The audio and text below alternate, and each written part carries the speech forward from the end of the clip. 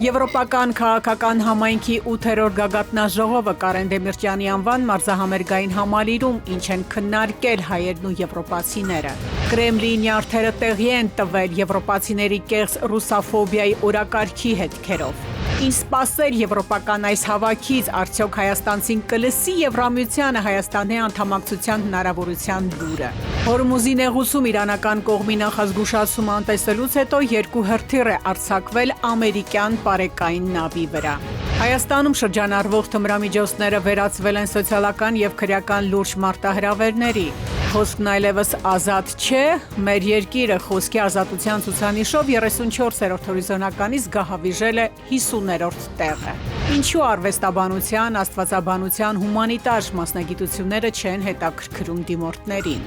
Բացահայտվել են կեղծ դիպլոմներով կոսմետոլոգներ եւ չգրանցված ժամկետած դեղերի վաճառքի դեպքեր։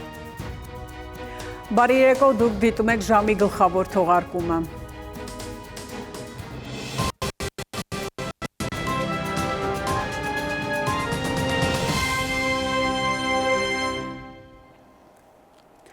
Եվրոպական քաղաքական համայնքի 8-րդ եւ Հայաստան Եվրամիություն առաջին գագաթնաժողովների անցկացման առիթով մեր երկիրը համաշխարհային լրատվամիջոցների առաջին էջերում է։ Հայաստանում մեկնարկած քաղաքական խոշորամասշտաբ իրադարձությունները առանձնանում են խիստ ներկայացուցչական կազմով։ Գագաթնաժողովների աշխատանքներին մասնակցելու նպատակով Հայաստան են ժամանել մի շարք երկրների բարձրաստիճան պաշտոնյաներ։ Ալիևը չեկավ Երևան, նախընտրեց հեռավար միանալ գագաթնաժողովին, նա ճամարտակեց Եվրոպական լսարանի առաջ ուղիղ տեքստով սպառնալով հայերին, չերկնչեց Բաքվում պահվող հայ գերիներին էլ սեպարատիստներ անվանել։ Նրան տեղն ու տեղը արձագանքեց ու սանձահարեց Եվրոպական խորհրդանի նախագահ Ռոբերտա Մեցոլան։ Ալիևը այդպես էլ չժամանեց Հայաստան մասնակցելու Եվրոպական քաղաքական համայնքի 8-րդ գագաթնաժողովին։ Մարզահամալիրում հավաքված արտասահմանցի ու այ բարձրաստիճան պաշտոնյաները բախտ ունեցան Ալիևին տեսնել, լսել տեսակապով։ Եվ ի զարմանս շատերի Ալիևը ինչպես միշտ սկսեց վիրավորել հայ ազգին, արցախցի բարձրաստիճան պաշտոնյաներին անվանելով սեպարատիստներ, պատերազմական հանցագործներ։ Ալիևը նեղսրտած էր նաև Եվրոպական խորհրդանից։ Ապրիլի 30-ին այդ կառույցը բանաձև էր ընդունել դատապարտելով Ադրբեջանի կողմից հայ ռազմագերիների եւ պատանդների անօրինական կալանավորումը։ Եվրոպական խորհրդանը պահանջում էր նաեւ անհապաղ ազատ արձակել նրանց։ Ադրբեջանի նախագահ նեղսրտած է, ասում է Եվրոպական խորհրդանը թիրախավորում է Ադրբեջանը։ Տարածելով զրպարտանք եւ սուտ պատճառն այն է, որ Ադրբեջանը պաշտպանել է իր տարածքային ամբողջականությունը։ ԵԽԽՎ-ի համար երկակի ստանդարտները դարձել են աշխատելավոճ, քանի որ տարածքային ամբողջականությունը պաշտպանելու համար ԵԽԽՎ-ն մի քանի անգամ պատժամիջոցներ է կիրառել ադրբեջանական պատվիրակության նկատմամբ։ Եվրոպական խորհրդարանը խաղաղության գործընթացին նպաստելու փոխարեն սաբոտաժի մասին է խոսում։ 2021 թվականի մայիսից մինչև 2026 թվականի ապրիլի 30-ը Եվրախորհրդարանն ընդունել է 14 բանաձև, որոնք վիրավորական կերպով սուտ տեղեկություններ են պարունակում Ադրբեջանի մասին։ Thank you, Mr. President. Իդեպ Նիկոլ Փաշինյանը հուսով է, որ 2028 թվականին կկարողանա այցելել Ադրբեջան մասնակցելու Բաքվում անցկացվելիք Եվրոպական քաղաքական համայնքի գագաթնաժողովին։ Now we have peace with Azerbaijan. Այժմ մենք ունենք խաղաղություն Ադրբեջանի հետ։ Մենք սերտորեն աշխատում ենք Ադրբեջանի հետ, որ ամրապնդենք եւ ինստիտուցիոնալ դարձնենք մեր երկու երկրների միջև խաղաղությունը։ Եվրոպական խորհրդանի նախագահը արտահերթ ելույթ խնդրեց, հայտնելով, թե Ալիևի հայտարարությունները անարձագանք չպետք է մնան։ Կարծում եմ, որ անհամաձայնությունների որոշակի աստիճան ունեցող հանդիպումները մշտապես առողջ են, բայց ես կցանկանայի արագ արձագանքել, ընդգծելով, որ Եվրոպական խորհրդարանը ուղղակիորեն ընտրված ներկայացուցիչներով ժողովրդավարական մարմին է։ ԵԽ-բանաձևերն ընդունվում են մեծամասնության կողմից եւ դրանց արդյունքները գուցե անհարմարություն է ստեղծում շատերի համար, բայց մենք երբեք չենք փոխի մեր աշխատակարգը եւ այն դիրքորոշումները, որոնք որդեգրել ենք։ Միջազգային լրատվամիջոցները եվրոպացի պաշտոնյաներից են փորձում տեղեկանալ Հայաստանին կհաջողվի Եվրամիություն մտնել։ Կայա Կալասը, թե Հայաստանը ինքը կորոշի։ Հայաստանն ինքն է իր որոշումները կայացնում։ Այստեղ մեկ ամսից ընտրություններ են։ Իհարկե եվրոպական հեռանկարը սեղանին է եւ Հայաստանը ինքը կորոշի։ Ֆրանսիայի նախագահը կարելի ասել զվարթնոց օդակայանից միանգամից հայտնվել էր Երևանի կենտրոնում։ Հանդիպումներ, տեսալուսանկարահանում անցորդների հետ երևանցիները ծափողջներով են դիմավորում Ֆրանսիայի նախագահին։ Նախագահ Մակրոնին առավոտյան էլ մարզահագուստով նկատել էին Հանրապետության հրապարակում երկու մեծ շների հետ։ Մակրոնը մինչև կմասնակցեր Եվրոպական քաղաքական համայնքի 8-րդ գագաթնաժողովին, վաղ առավոտյան հասցրեց նաև վազել Երևանի կենտրոնում։ Մակրոնի նմանատիպ հայասեր վերաբերմունքին ամբողջ հայազգը տեսել էր նաև տարիներ առաջ։ Այն ժամանակ էլ «Bonjour l'Arménie, je t'aime l'Arménie» հայտարարելով Մակրոնը շրջում էր երևանյան փողոցներում, պարում նոր իշխանության եկած կառավարության ղեկավար անդամների հետ։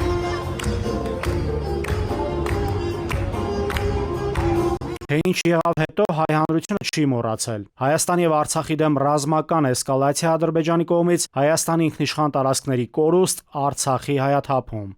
Մակրոնը չէր պատկերացնի, որ օրինակ ժամանակին սիրով կարող էր գալ Հայաստան, բացատրում է թե ինչու։ 8 տարի առաջ ոչ ոք այստեղ չէր գա եւ այն փաստը, որ մենք այսքան շատ առաջին այցեր ունենք Հայաստան, իսկապես լավ ցուցանիշ է։ Այս երկիրը 8 տարի առաջ սեղանի շուրջ նստած բազմաթիվ երկրների կողմից դիտարկվում էր որպես Ռուսաստանի դե ֆակտո արբանյակ եւ Նիկոլը կազմակերպեց Թավշյա հեղափոխությունը եւ այն որոշեց ապառիսկայնացնել երկիրը եւ շահեց դրա արդյունքում եւ որոշեց, որ խաղաղությունը եւ Եվրոպան առաջնային ձգտումն են։ Հայ քաղաքագիտական համայնքը տեղն ու տեղը արձագանքեց, պարզապես հիշեցնելով Մակրոնին, որ Ֆրանսիայի բոլոր վերջին նախագահները մշտապես եղել են Հայաստանում, թե Ժակ Շիրակը, թե Նիկոլա Սարկոզին եւ թե Ֆրանսուଆ Օլանդը։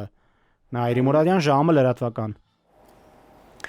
Լրագրողների հետ զրույցում Եվրոպական խորհրդանի նախագահ Ռոբերտա Մեցոլան ասել է, թե քննարկումների առանցքում լինելու է ապատեղեկատվության եւ հիբրիդային սպառնալիքների դեմ պայքարը, քանի որ դրանք այլևս միայն հեռավոր ռիսկեր չեն։ Նրա խոսքով պատերազմներն այսօր մղվում են ոչ միայն ֆիզիկական տարածքներում, այլև թվային հարթակներում եւ թիրախավորում են հասարակության ամենախոցելի շերտերը։ Փորձագետների կարծիքով իրականում եվրոպական քաղաքականության թիրախում Ռուսաստանն է եւ ռուսամետ համարվող քաղաքական ուժերը։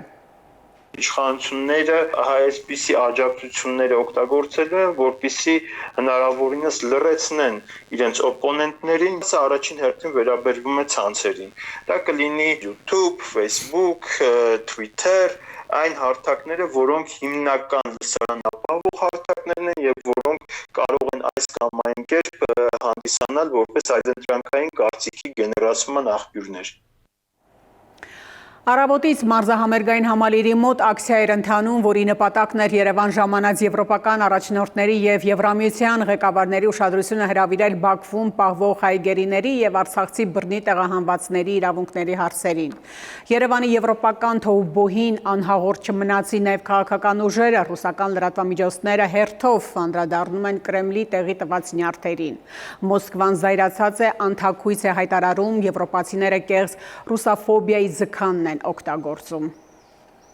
Արարատի պարզ տեսարանով Երևանը վաղ առավոտից եվրոպացի բարձրաստիճան պաշտոնյաների միկրոբլոգներում էր, նախքան Հայաստանի մայրաքաղաքը կդառնար աշխարհամասի քաղաքական քննարկումների էպիկենտրոնը։ Նույն այս ընթացքում միջազգային մամուլի գլխագրերում նույնպես Հայաստանն էր։ Բրիտանական Guardian-ը գրեց մեջբերում Եվրոպան խորացնում է կապերը Հայաստանի հետ, քանի որ ռուսական ազդեցությունն այստեղ նվազել է։ Ուկրաինա լայնածավալ ներխուժումից հետո պարբերականը նաև տեղեկություններ հրապարակեց Երևան-Բրյուսել մերձեցման օրակարգից։ Սպասվում է, որ երեքշաբթի Հայաստանի վարչապետ Նիկոլ Փաշինյանը, Եվրամիության առաջնորդներ Ուրսուլա ֆոն դեր Լայենը եւ Անտոնիո Կոշտան պաշտոնապես կողջունեն Հայաստանում արտաքին միջամտությանը հակազդելու Եվրամիության առաքելության գաղափարը Երևանի գագաթնաժողովում, որտեղ նրանք նաեւ կքննարկեն էներգետիկայի, տրանսպորտի եւ տնտեսական աջակցության հարցեր։ Այս լրատվամիջոցի տեղեկություններով Եվրոպան ստեղծում է մինչև 30 քաղաքացիական փորձագետից բաղկացած թիմ բարելավելու, ինչպես իրենք են ձևակերպում, ռուսական կիբերհարձակումների, տեղեկատվության մանիպուլյացիայի եւ միջամտության նկատմամբ Երևանի արձագանքման կարողությունները, նաեւ հակազդելու անօրինական ֆինանսական հոսքերին։ Ընդ որում փորձագետների այս նոր թիմն իր աշխատանքը սկսելու է հունիսի 7-ի խորհրդարանական ընտրություններից հետո, այսինքն այն կապ չունի Միության արտաքին ծառայության հիբրիդային արագարձագանքման խմբի հետ, որի կարճաժամկետ ծրագրերը կյանքի են կոչվելու մինչև քվեարկության օրը, ինչն ըստ Guardian-ի հրապարակման կարևոր է որոշելու համար, թե արդյոք Հայաստանը շարունակում է մնալ արևմտամետ ուղու վրա։ Երևանի արևմտյան նախապատվության մասին գրում են նաև ռուսական լրատվամիջոցները, հիշեցնելով, որ սա զայրացրել է Կրեմլին։ Ընդ որում այս լրատվականները իմիջայլոց նաև շեշտում են, թե այն հավաքը, որն այս անգամ Կովկասում Ռուսաստանի երբեմնի ամենահավատարիմ դաշնակից Հայաստանն է հյուրընկալել, որպես հարթակ ստեղծվել է ընդդեմ Ռուսաստանի նոր աշխարհակարգի ձևավորման մասին Մոսկվա ազդանշան ուղարկելու համար։ Դաշնության նախագահի խոսնակն է հայտարարել, Եվրամիությունը մոբիլիզացվում է կեղծ ռուսաֆոբիան որպես ձգան օգտագործելով։ Սա հանգեցնում է կոշտ դիմակայության։ Դուք տեսնում եք, որ եվրոպացիները մոբիլիզացվում են որպես ձգան օգտագործելով այս կեղծ ռուսաֆոբիան։ Նրանք պատրաստ են մեծ գումարներ ծախսել ռազմական շինարարության վրա, եւ այս ամենը իհարկե մեզ տանում է դեպի շատ կոշտ դիմակայության շրջան, առաջին հերթին Եվրոպայի հետ։ Իսկ որքանով է Եվրոպան հավատարիմ հենց այն նույն արժեքներին, որոնք անձամբ է հռչակել։ Մինչև մարզահամերգայինի դահլիճում եվրոպացի պաշտոնյաները քաղաքական քննարկումների մեջ էին, համալիրի աստիճանների ներքևում այդպես էլ չխլացավ ինչպես բռնատեղահանված արցախցիների խախտված իրավունքների, այնպես էլ Բաքվում ապօրինաբար պահվող հայ գերիների ազատարձակման հարցով բողոքի ձայնը։ Free Armenian hostages! Free Armenian hostages!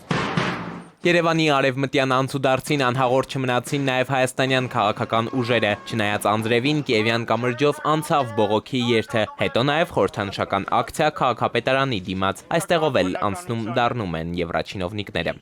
Էդուարդ Պողոսյան, Ժամ լրատվական։ Եվրոպական քաղաքական համայնքի 8-րդ գագաթնաժողովի արդյունքներով համատեղ հայտարարության շրջանակում ամփոփելով քննարկումների հիմնական ուղղությունները Նիկոլ Փաշինյանն անդրադարձել է նաև տարածաշրջանային գործընթացներին։ Նա ընդգծել է Ադրբեջանի նախագահի հեռավար մասնակցությունը եւ Թուրքիայի փոխնախագահի ներկայությունը խաղաղ գործընթացի եւ տարածաշրջանային համագործակցության համատեքստում։ Փաշինյանի խոսքով քննարկումները հաստատել են երկխոսության անհրաժեշտությունը։ Today's discussions confirmed Այսօրվա քննարկումները հաստատեցին, որ աշխարհում աճող մարտահրավերների պայմաններում առկա է անկեղծ երկխոսության եւ գործնական որոշումների անհրաժեշտություն բոլոր տարածաշրջաններում խաղաղության եւ կայունության ամրապնդման համար։ Կայուն խաղաղությունը, հարաբերությունների կարգավորումը եւ սահմանների բացումը օգուտ կբերեն ոչ միայն տարածաշրջանին, այլև կամրապնդեն կապերն ու համագործակցությունը եվրոպական ավելի լայն տարածքում եւ նրա սահմաններից դուրս։ Եվ այսպես Եվրոպական քաղաքական համայնքի այս 8-րդ հանդիպմանը վաղը կհաջորդի Հայաստան-Եվրամիություն գագաթնաժողովը։ Ինչ հարցեր կլինեն օրակարգում, կարող է հայկական կողմը ակնկալել Եվրամիությանը Հայաստանի անդամակցության հարցի քննարկում հաստատում։ Քննության կառնեն Արցախահայերի վերադարձի հայգերիների խնդիրները։ Հայկական մեդիա դաշտում շրջանառվում է հայ-եվրոպական այս հավաքի ավարտին սպասվող հայտարարության նախագիծը, որտեղ այս հարցերից եւ ոչ մեկը ներառված չէ։ Սա է ռեալ պոլիտիկա։ Ինչ սպասել եվրոպական իստաբլիշմենտի Երևանյան հավաքից։ Հայաստան-Եվրամիություն առաջին գագաթնաժողովի ավարտին համատեղ հայտարարությունում սպասենք անդրադարձի Եվրամիությանը Հայաստանի անդամակցելու հնարավորության վերաբերյալ։ Համատեղ այդ փաստաթղթի նախագիծը հայկական լրատվամիջոցներում քննարկվում է արդեն։ Այստեղ սակայն Եվրամիությանը Հայաստանի հնարավոր անդամակցությանը անդրադարձ չկա։ Ընդամենը ընդգծում են մեջբերում Եվրամիությունը վերահաստատում է իր անսասան հանձնառությունը ամրապնդելու հարաբերությունները Հայաստանի հետ եւ աջակցելու Հայաստանի դիմադրողականությանը բարեփոխումների օրակարգին ու երկարաժամկետ զարգացմանը Հայաստանը ավելի մոտեցնելով Եվրամիությանը։ Մեջբերման վերջը։ Ինչպես կմոտեցնեն Հայաստանը Եվրամիությանը, այդ մոտեցման մասին ինչ կա գրած, ֆիքսած այս փաստաթղթում։ Հայաստանը բարձրագույն մակարդակով է Եվրոպական խորհրդարանում հայտարարել Բրյուսելին մոտենալու պատրաստակամության մասին։ Հայաստանի Հանրապետությունը պատրաստ է առավել մոտ լինել Եվրամիությանը,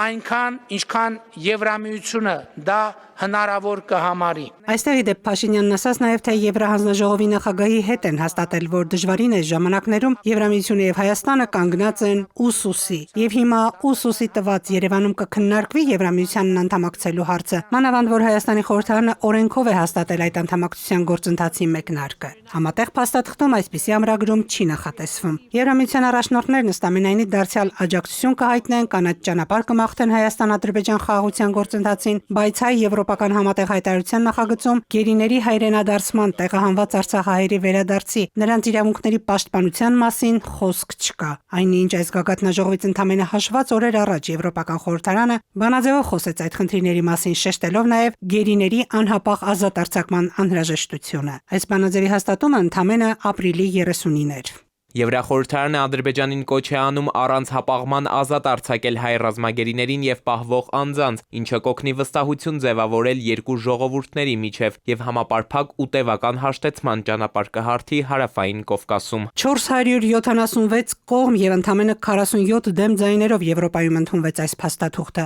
Հիմա սակայն Բրյուսելից Երևան ոչ մի անդրադարձ չի լինելու բանաձևով հաստատված այս խնդիրներին։ Իսկ Եվրախորհրդարանում հաստատված բանաձևերը հայտնի է պարտադիր կատարման չեն, դրանք խորհրդատվական են։ Բրյուսելը Երևանում ըստ ամենայնի կխոսի նաև վիզաների ազատականացման հարցում նշանակալի առաջընթացի մասին, եւ փուլային այս գործընթացը այս տեմպերով կտանի վիզաների ազատականացմանը միայն թե 3-4 տարի անց։ Հայաստանին ֆինանսական նոր հատկացման մասին էլ խոսք չկա։ Իսկ հայկական խորհրդանական ընտրություններից մեկ ամիս առաջ Եվրամիության վերնախավը փաստաթղթի նախագծով շեշտում է. Հայաստանի ապագան պետք է որոշվի ազատ եւ ժողովրդավարական ճանապարհով իր քաղաքացիների կողմից առանց արտաքին ճնշման։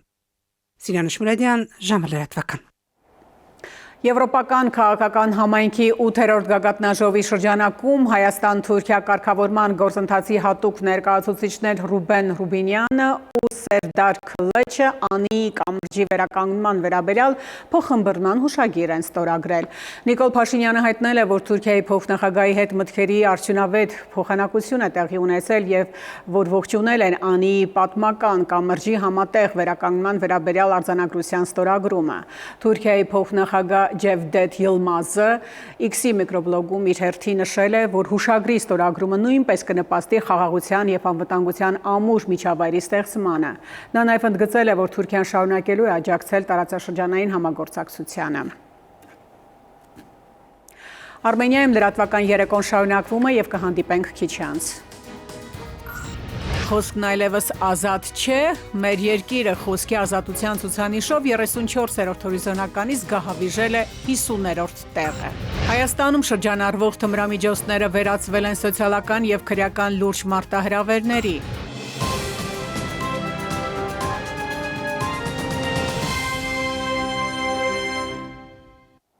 Շարունակում ենք թողարկումը։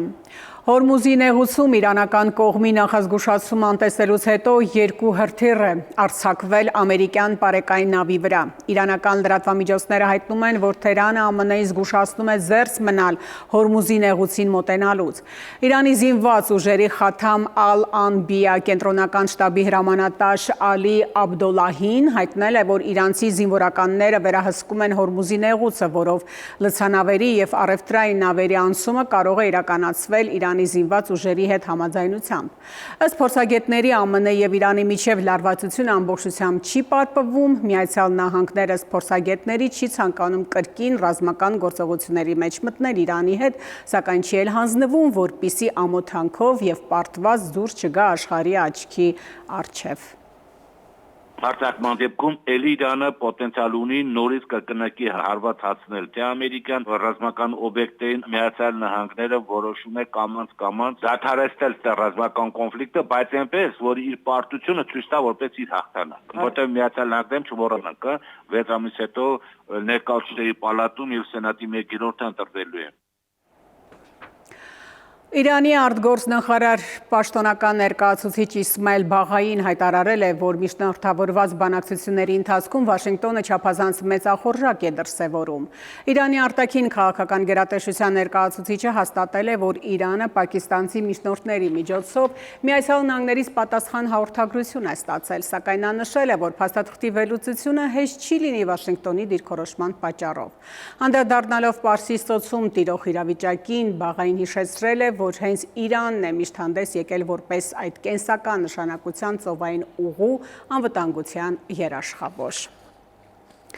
Վերադառնանք մեր խնդիրներին, Նարեկ Կարապետյանը թիմակիցների հետ շրջել է Գյումրիում, Գյումրու դրամատիկական թատրոնի դահլիճում հանդիպել քաղաքացիների հետ, պատասխանել նրանց հարցերին։ Հայաստանի ու Գյումրու զարգացման տեսլական աղքատության հաղթահարման ճանապարհը ներկայացնելուց հետո ուժեղ Հայաստան դաշինքի անդամներն ու նրանց համակիցները նաև քայլերթով շրջել են քաղաքի կենտրոնական հատվածում։ Գիտեք Հայաստանի ամենաաղքատ մարզը որը մարզն է։ Դուք գիտեք ամեն երկրորդ երեխան ապրում է աղքատության մեջ Շիրակի մարզում։ միլիարդավոր դոլարների փող է գալի բյուջե։ Վճարում ենք մենք, վճարում ենք բոլորս։ 8 միլիարդ վարկ ենք վերցրել։ Շիրակում հեղափոխությունից հետո աղքատությունը աճել է։ Պատկերացրեք Շիրակի սահմանակից վրացական շրջաններում 2 անգամ նվազել է, այստեղ աճել է։ Սա վերաբերմունքն է այն մարդկանց, ով ստեղից է սկսել գնացել այնտեղ փոփոխություն բերել։ Խոսքը Հայաստանում ի վերջո ազատ է թե ոչ, մեր երկիրը խոսքի ազատության ցուցանիշով 34-րդ հորիզոնականից գահավիժել է 50-րդ հորիզոնական։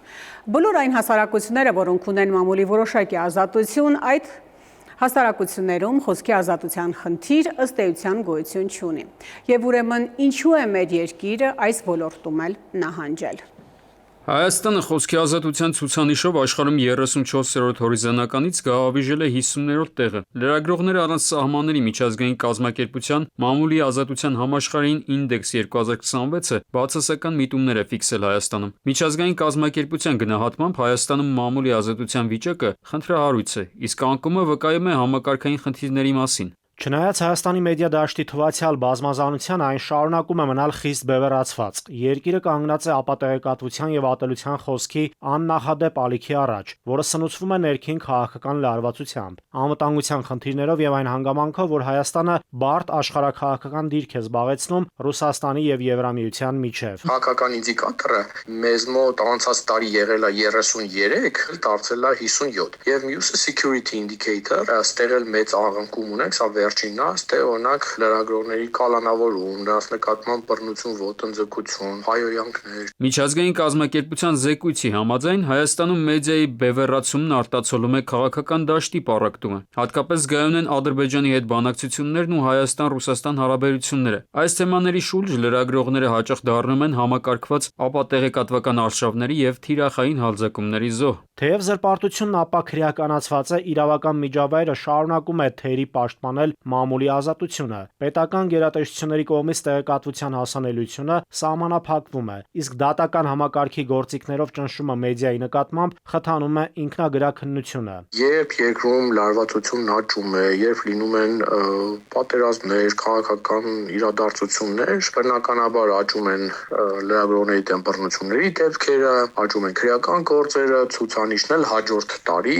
ենթադրաբար նվազում է։ Հայաստանում տեղեկատվության հիմնական աղբյուրը բնակչության մեծ մասի համար սոցիալական մեդիան է։ Հեռարձակվող եւ էլեկտրոնային մեդիայի մեծ մասն էլ շարունակում է գտնվել քաղաքական եւ տնտեսական ազատությունների ներքո։ Սոցցանցերում մեզ մոտ բավական անհանդուրժողական վերաբերմունք կա լրագրողների նկատմամբ, օրինակ ընդդիմադիր ուժերը, գործիչները քարկոծում են իշխանությունների նկատմամբ ավելի կառուցողական տրամադրված լրատվամիջոցներին կամ չեզոքներին, իշխանությունները քարկոծում են ընդդիմադիր լրատվամիջոցներին։ Փորձագետները նշում են, որ Հայաստանում մամուլի ազատության վիճակը գալիք տարիներին մեծապես պայմանավորված է լինելու ընտրական գործընթացների ավարտով։ Եթե ընտրություններից հետո ցնցումներ չլինեն, ապա խոսքի ազատության ցուցանիշները կբարելավվեն, քանի որ մեդիայի նկատմամբ ճնշումների պատճառներ չեն լինի։ Հակառակ դեպքում ոչ ստաբիլ վիճակը կարող է հանգեցնել մեդիայի ազատության մակարդակի վատթարացմանը։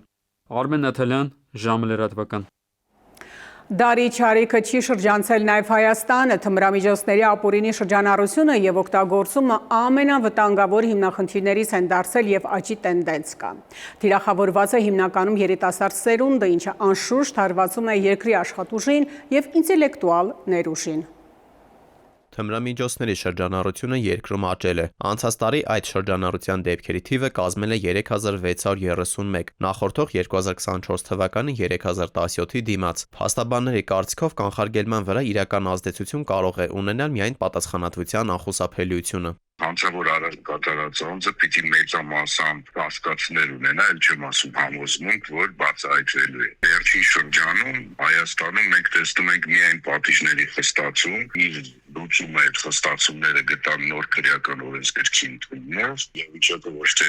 դեպի լավը գնաց, այլ հակառակը։ Բայց դասեր դրանից որևէ մեկը չի քաղելու։ Թմրամիջոցները վաղուց վերածվել են սոցիալական եւ քրեական լուրջ մարտահրավերների, ազդելով ինչպես անհատի, այնպես էլ ամբողջ հասարակության վրա։ Փոխվում են տարածման ձևերը, ներգրավող խմբերը եւ ցավոք այս շղթայում հայտնվում են նաեւ երիտասարդները։ Գլխավոր դատախազը խորհրդարանում հայտարարեց, թե պատժի խստությունը այս հարցում չի օգնելու, ընդհակառակը դա բերելու է սև շուկայում թմրամիջոցի գնի բարձրացմանը։ Այստեղ կանխարգելման գործառույթը հատկապես անչափահասների պարագայում պետք է դրվի քրեական քաղաքականության հիմքում եւ տարօրինակ ձևով լուծումը այլ տեղ է, քան մենք փնտրում ենք։ Լուծումը զբաղվածության մեջ է։ Պատասխանատուների կարծիքով անչափահասների շրջանում կախվածությունների մակարդակը կարող է նվազել, եթե ապահովի նրանց բավարար զբաղվածությունը սպորտով եւ մշակութային ծրագրերով։ Ըստ մասնագետների նման նախաձեռնություններ ներկայումս բավարար չափով չեն իրականացվում։ Պաշտոնական տվյալներով աճել է նաեւ 2025 թվականի ընթացքում թմրամիջոցների հետ կապված հանցագործությունների բացահայտման ցուցանիշը, կազմելով 26.3%, նախորդող տարվա 13.8%-ի դիմաց։ Մասնագետների կարծիքով, սակայն իրավիճակը դուրս է եկել վերահսկողությունից։ Եթե օրինակ 1000 անգամ աճի թմրամիջոցների ապօրինի շրջանառության, դու էլ 500 անգամ ավելացնես բացահայտումը, դու տանուլ ես տվել այդ պատերազմը։ Այդ օրենքները աշխատացնել է պետք։ Ռեսուրսները ճիշտ ուղղությամբ ծախսել, կենտրոնանալ աշխատանքի վրա։ Մասնագետները նշում են, որ թմրանյութերի ապօրինի շրջանառությունը այլևս չի սահմանափակվում ավանդական մեթոդներով եւ ակտիվորեն տեղափոխվել է թվային հարթակներ, կիրառելով օրինակ կոդավորված հաղորդակցությունը։ Սոցցանցերի միջոցով թմրանյութերի վաճառքը դարձել է ավելի հասանելի, իսկ որոշ դեպքերում մարդիկ խուսափում են համագործակցել իրավապահների հետ հետագա խնդիրներից խուսափելու համար։ Պետք է ուժեղացնել այդ թվային հարթակների վերահսկողությունը, թե քննչական կոմիտեի մակարդակով, թե ոստիկանության կողմից, պետք է կենտրոնանալ ոչ թե կատարողների վրա, այլ կազմակերպիչների այդ ֆինանսական հոսքերի բացահայտման վրա։ Կոնկրետ ակտորի դեմ հատկապես պետք է պայքար տարվի։ Թմրամիջոցների դեմ արդյունավետ պայքարը ըստ մասնագետների պահանջում է հստակ ռազմավարություն, ռեսուրսների ճիշտ բաշխում ու համակարգային մոտեցում։ Դավիթ Թադևոսյան, ժամը լրատվական։ Տաղավար կվերադառնանք կարճատև դադարից հետո։ Բացահայտվել են կեղծ դիպլոմներով կոսմետոլոգներ եւ չգրանցված ժամկետած դեղերի վաճառքի դեպքեր։ Ինչու արվեստաբանության, աստվածաբանության, հումանիտար մասնագիտությունները չեն հետաքրքրում դիմորդներին։ Մեթեոաշխարհ ինչպես կանցնի նոր օրը ավելին քիչ ուշ։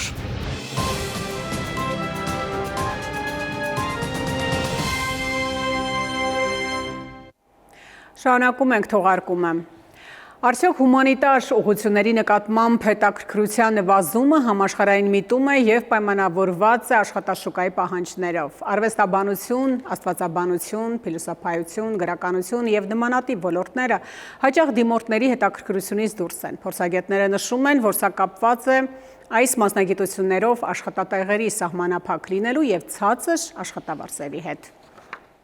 Արվեստաբանություն, աստվածաբանություն, հումանիտար մասնագիտությունները չեն հետաքրքրում դիմորդներին։ Փոխարենը տնտեսագիտությունը, իրավագիտությունը, բժշկագիտությունը, կիրառական մաթեմատիկան, միջազգային հարաբերությունները շարունակում են մնալ թոփ հնգյակում։ Ապրիլի 15-ից մեկնարկել է 2026 թվականի դիմորդների բուհերի ընդունելության հայտագրման գործընթացը, եւ մեկնարկից ընդամենը 10 օր անց արդեն նկատվել են հստակ միտումներ։ Կամ պետական բուհեր ու ֆակուլտետներ, որտեղ առաջին հայտով դեռևս ոչ մի դիմորդ չի դիմել։ Կրթության ոլորտի փորձագետների խոսքով երիտասարդների շրջանում մշակույթի ու արվեստի հետ կապված մասնագիտությունները շարունակում են մնալ քիչ պահանջված։ Օրինակ, Երևանի պետական համալսարանում սննդի անվտանգության եւ արվեստաբանության ֆակուլտետների համար այս պահին որևէ դիմորդ չի հայտագրվել։ Մի շարք այլ մասնագիտությունների համար կա ընդամենը 1 դիմորդ՝ մաթեմատիկա, մեխանիկա, մշակութաբանություն, աստվածաբանություն եւ սոցիոլոգիա։ Մինչդեռ իրավագիտության ֆակուլտետում արդեն գրանցվել է 123 դիմորդ, նախատեսված 140 տեղի դիմաց։ Նման պատկեր է նաեւ Հայաստանի ազգային պոլիտեխնիկական համալսարանում, որտեղ մի շարք տեխնիկական ուղղություններով քիմիական տեխնոլոգիա, ավտոմատացում, մետալուրգիա եւ այլ մասնագիտություններ դեռևս հայտագրված դիմորդներ չկան։ Հայաստանի պետական տնտեսագիտական համալսարանում իրավիճակը համեմատաբար կայուն է։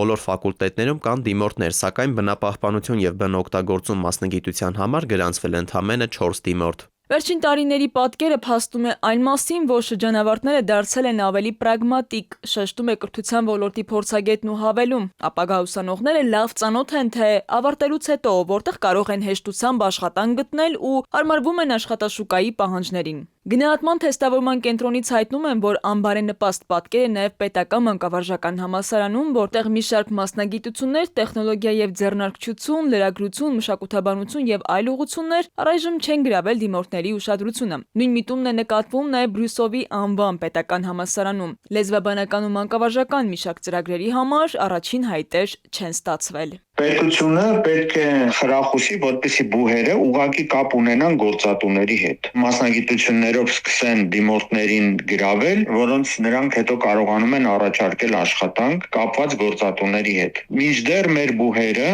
իրենց կառավարման խորհրդում 1-2 գործատու ունեն, որոնք ձևական ներկայացված են ուղղակի կառավարման խորհրդներում։ Մասնագետները օրինակ են բերում արտերկրի փորձը։ Գործատուները գալիս են առաջին, երկրորդ կուրսի ուսանողների հետ պարբերաբար հանդիպումներ ունենում եւ ուսման հետ զուգահեռ աշխատանք առաջարկում։ Հիշեցնենք, որ հայտագրման վերջնաժամկետը մայիսի 10-ն է։ Մասնագետները նշում են, թվերը դեռ կարող են փոխվել, սակայն ընդհանուր պատկերը արդեն ակնհայտ է։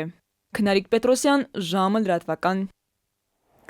Աշխատանքի եւ առողջապահական տեսչական մարմնի հրապարակային տվյալներով խոշորացույցի տակ են երկու հիմնական ուղղությունները՝ դեղերի շրջանառությունը ու կոսմետոլոգիական ծառայությունները։ Վարչական տուժերի զգալի մասը ըստ տեսչական մարմնի բաժին են հասնում դեղերին, արձանագրվել են ինչպես չգրանցված, այնպես էլ ժամկետած դեղերի վաճառքի դեպքեր։ Տեսչական մարմինը կոսմետոլոգիայի ոլորտում արձանագրել է նաեւ կեղծ դիպլոմներով աշխատելու դեպքեր եւ դրանց վերաբերյալ տվյալները փոխանցվել են իրավապահ մարմիններին։ Միայն այսպես ստուգումներով որևէ արդյունքի հասնելը առնվազն այսպես ոչ կոմպետենտ մոտեցում է, չկա տենց բան։ Բայց միևնույնն է այս ձևաչափով մենք հասնենք ոլորտային կամ ենթավորոտի ամբողջական կարգավորման, դա իրատեսական չէ։ Իտալիայի վարչապետ Մելոնին Երևանից Եվրոպական քաղաքական համայնքի 8-րդ գագաթնաժողովից պաշտոնական այցով մեկնել է Ադրբեջան։ Հայաստանի կենտրոնական ընտրական հանձնաժողովն էլ հաստատել է նախընտրական քարոզչության եթերաժամի տրամադրման կարգը։ Օրվա մյուս կարևոր նորությունները մեկ տեսաշարով։ Կենտրոնական ընտրական հանձնաժողովը սահմանել է ազգային ժողովի ընտրություններին մասնակցող կուսակցություններին, կուսակցությունների դաշինքներին նախընտրական քարոզչության ժամանակ եթերաժամ տրամադրելու կարգը։ Հայաստանում հանրային մուլտիպլեքսի սլոթի օգտագործման լիցենզիա ունեցող հեռարձակողները ազգային ժողովի ընտրություններին մասնակցող յուրաքանչյուր կուսակցության համար պարտավոր են տրամադրել մինչև 25 րոպե անվճար եթերաժամ նախընտրական քարոզչության նպատակով։ Միաժամանակ նույն կարգավիճակ ունեցող այլ հեռարձակողներ կարող են կուսակցություններին եթերաժամ տրամադրել նաև վճարովի հիմունքներով։ Օրենքը սահմանում է, որ նախընտրական քարոզչության ամբողջ ընթացքում բոլոր կուսակցությունների համար պետք է ապահովեն հավասար եւ միատեսակ պայմաններ։ Բաքվում պահվող հայ գերիների ընտանիքները բաց նամակով դիմել են Հայաստանում գտնվող Կանադայի վարչապետ Մարկ Քարնիին, կոչ անելով աջակցել գերիների անհապաղ ու անվերապահ ազատ արձակմանը։ Նշել են, որ լուրջ մտահոգություններ կան կալանքի պայմանների եւ արձանագրված մարդու իրավունքների խախտումների վերաբերյալ։ Ընտանիքները կոչ են արել Կանադային օգտագործել իր դիվանագիտական լծակները եւ համագործակցել միջազգային գործընկերների հետ Ադրբեջանի վրա ճնշում գործադրելու համար։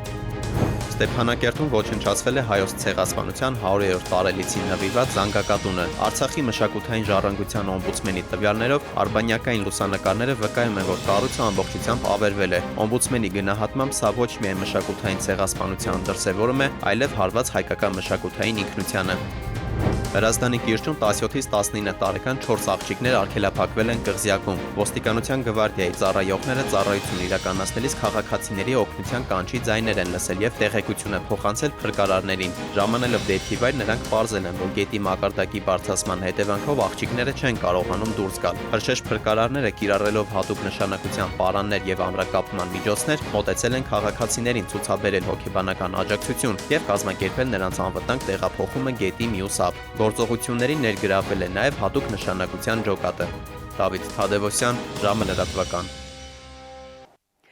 Իսկ թե ինչ եղանակ է սպասվում հանրապետությունում կներկայացնի Լիլի Հովերը։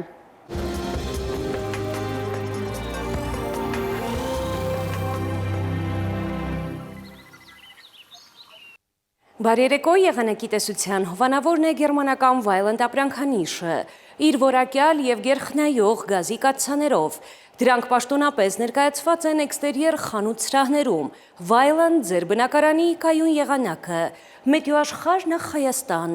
Մեր երկրի մեծ մասում նոր օրը կանցնի փոփոխական երկնքով։ Տեղումներ սպասվում են առավելապես հյուսիս-արևելյան գոտիներում։ Առաջիկա 2 օրերին ջերմաստիճանը կնվազի մոտ 6-ից, այնուհետև նույնքան կբարձրանա։ Վաղը ցերեկը Շիրակում, Կոտայքում, Գեղարքունիքում, Արագածոտնի եւ Վայոց-Ձորի լեռնային գոտիներում կդիտվի 13-ից 18 աստիճան։ Վայոց-Ձորի եւ Արագածոտնի նախալեռներում սպասվում է 16-ից 22, Լոռիում 18-ից 21, Տավուշում 20-ից 24 աստիճան, Հարերատում, Արմավիրում կդիտվի 18-ից 23, Սյունիքի հովտային գոտիներում սպասվում է 18-ից 21, Սյունիքի նախալեռներում 16-ից 19 աստիճան։ Երևանում գիշերը եւ երեկոյան սպասվում են տեղումներ։ Այս գիշեր 8-ից 10, ցերեկը 20-ից 22, երեկոյան 16-ից 19 աստիճան։ Այս թողարկումից հետո դիտեք ընտրության ժամ հաղորդում, այսօրվա հյուրն է Հայաստան դաշինքի անդամ Բորիս Մուրազին։ Արմենիայի ուղիղ եթերում լրահոսը սպառված է, շնորհակալություն ուշադրության համար, ցտեսություն։